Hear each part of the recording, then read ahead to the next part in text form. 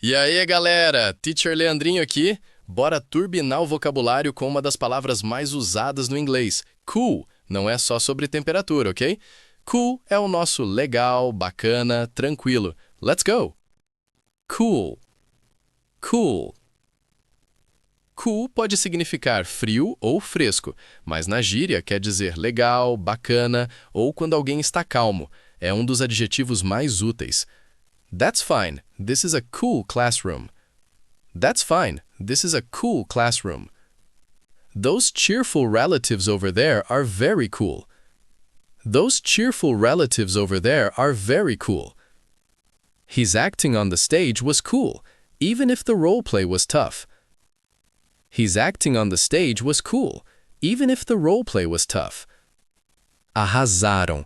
Cool é uma palavra super versátil. Dica Pro. A frase to keep your cool significa manter a calma.